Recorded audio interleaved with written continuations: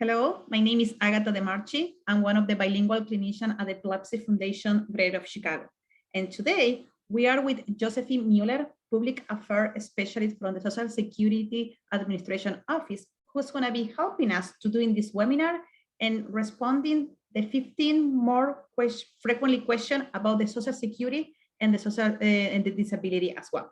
So welcome, Josephine. How are you today?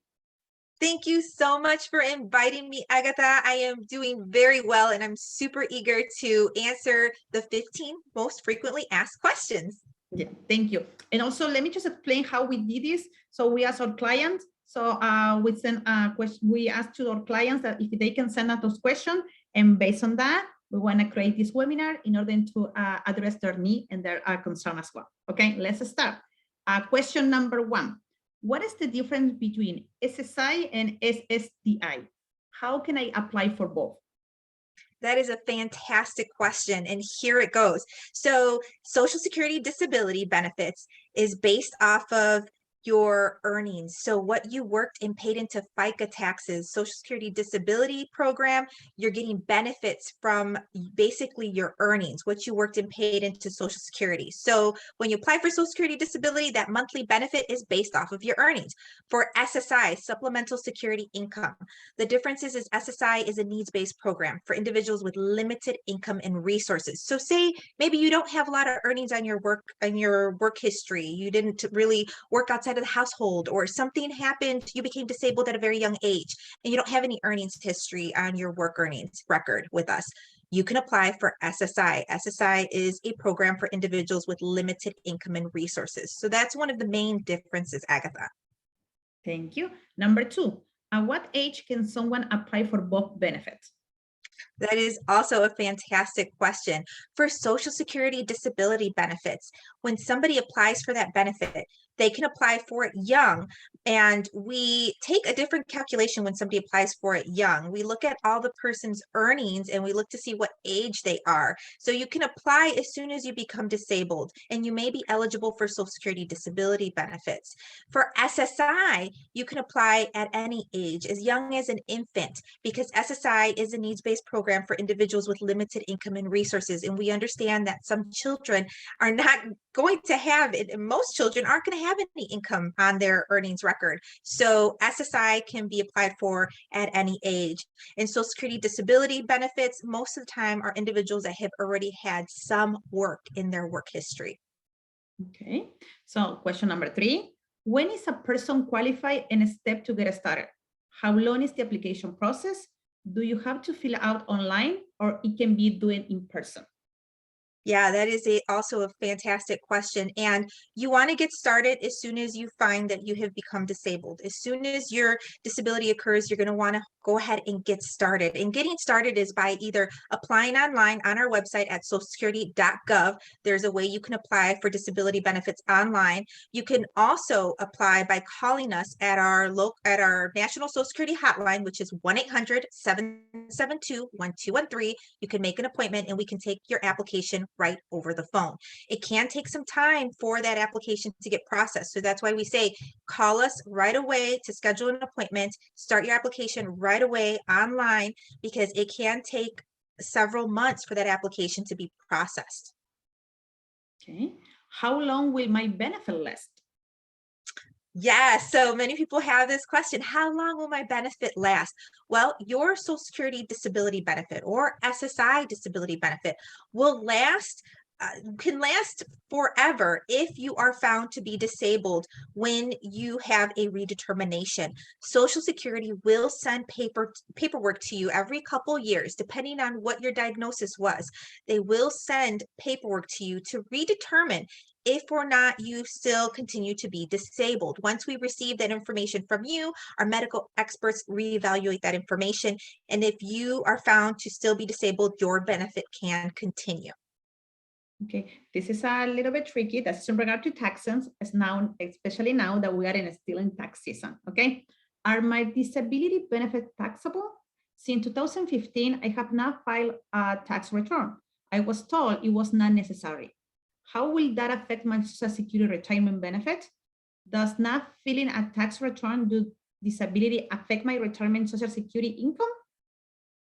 Yeah, that is also a great question that I do want to let our viewers know that if you do have tax questions, to please contact your tax preparer, because that question is better suited for your tax preparer. However, I can tell you though, that every time you are working and earning earnings, you are going to want to file taxes, because those taxes then get reported to Social Security Administration. We take the highest 35 years of your work earnings to calculate your Social Security retirement benefit. We look at your earnings to calculate your disability benefit. So you're definitely going to want to talk to your tax preparer, but we always let people know that we are looking at your earnings record to calculate that benefit amount. So it is important to file taxes, and you might want to figure out why you have been informed that you don't need to file them by talking to your tax preparer. Okay, thank you. How much compensation will I receive? Yeah, that's also a great question, because I just mentioned your benefits are based off of your earnings. So it all depends on how much you worked and paid into Social Security as far as how much you're going to receive from Social Security disability benefits. Your mom's record might show something else. Your dad's record is going to show something else as far as their work earnings, what they've worked and paid into Social Security. Your sisters, your brothers, a different amount. It's all based off of your earnings. That's receiving Social Security disability benefits. So when you receive those benefits, it's based off of what you worked and paid into Social Security. And of course, not any of our earnings records are going to be the same. It depends on what we've done throughout our careers and what we've earned throughout our careers. For SSI, the maximum disability benefit that somebody can receive off of supplemental security income disability for this year in 2022 is $841. And it may be less if you have other resources or income coming in. Okay, great information. Thank you, Josephine. Okay, so question number 7. Okay, what happened when I'm available to get an interview time and date?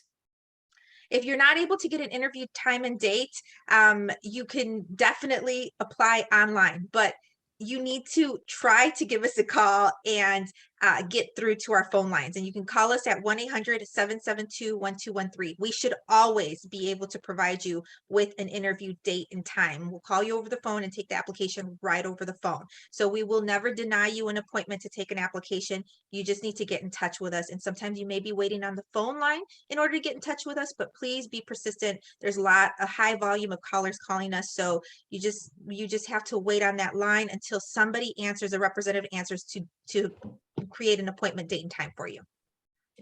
If you have back pay coming to you, do you receive it before or after your first paycheck? So sometimes you may receive that back payment after your first paycheck. If you're receiving Social Security disability benefits, you may receive that lump sum after you've already received your first check. If you receive SSI, supplemental security income, you're going to receive those payments in installments. So you're not going to see that back payment all at once. You're going to see it in installments. Why do they ask that you have to have a lawyer?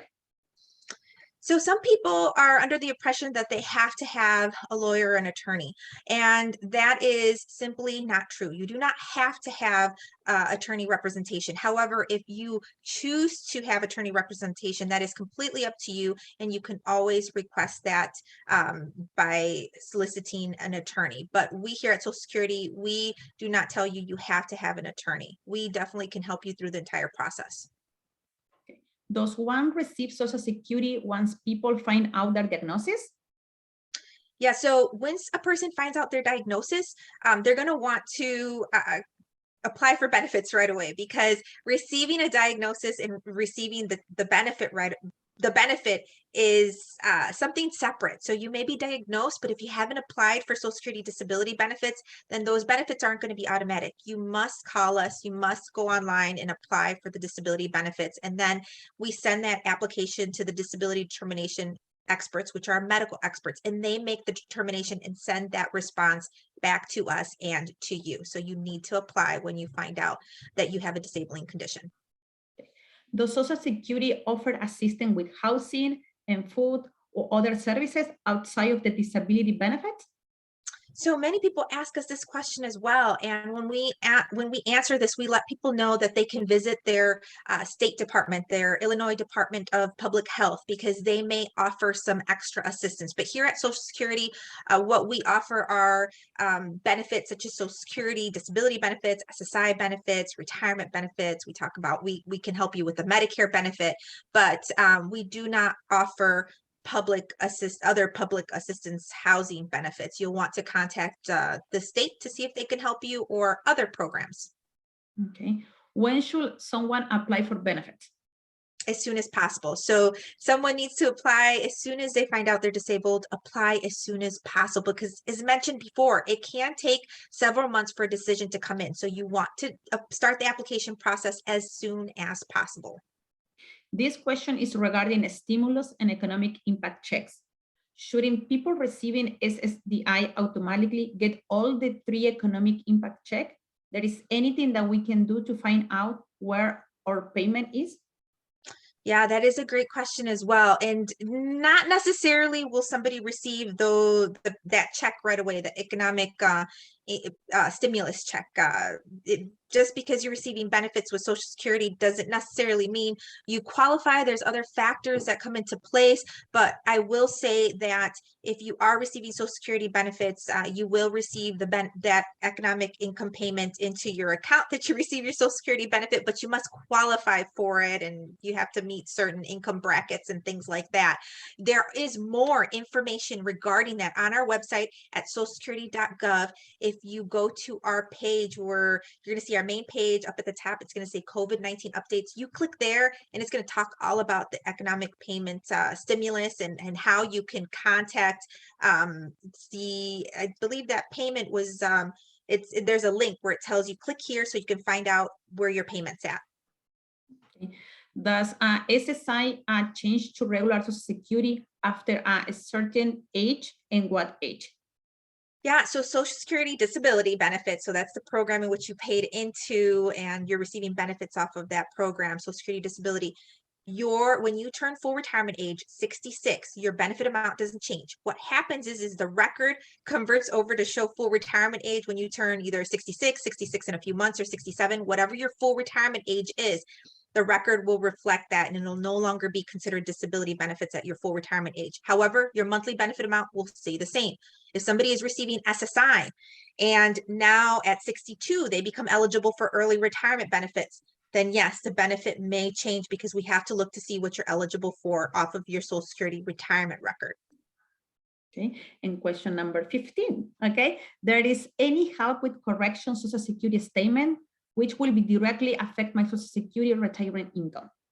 Yeah, that's a great question. So what we tell people that are looking to correct their earnings record is to make sure that you have proof that your earnings, that you had earnings in that year. So if you are missing earnings in 2015 and there's a missing year, and obviously those years are very important because that's how we calculate your monthly retirement benefit, your disability benefit. That's how we calculate your benefits. It's important that your earnings record is correct. If it's incorrect, you're going to want to have your pay stubs for that year. You're going to want to have your W-2s for that year, and you're going to want to show those to us so that way we can make that correction on your earnings record. And there is a very great publication on our website, and I'm going to go ahead and show everyone this really quickly, Agatha, on our website so that everyone can see how to correct their earnings record. So right here is our website. If you visit it at socialsecurity.gov, this is what you're going to see. If you go to where it says publications, you click here, and there's a lot of great resources. You can find everything here. If you type in earnings, you're going to see right here, earnings. There should be a section, how to correct your Social Security earnings record. You click PDF. You're going to see this in English, but you can also choose other languages. I'm going to go ahead and click PDF so you can see this. This publication is going to give you guidance on how to correct your earnings record with us. So that is a great question. We got a lot of people that do ask us that. We always let people know, go to our website and create a My Social Security account. If you go to our website, as you can see here, this is our website. You go down here where it says My Social Security account, create an account. You can check your earnings record if you have an account. Every month, you can check your earnings record every year as frequently as you want to make sure that your earnings are correct, because it makes a difference in what your monthly benefit's going to be. I'll pass it back over to you, Agatha. Okay, so, okay, thank you, Josephine. So you answered the all more frequently 15 questions to our clients. Thank you for taking the time to be with us today. Can you please maybe just share a contact information? So if we have any additional question, maybe, yeah, so how we can connect with you.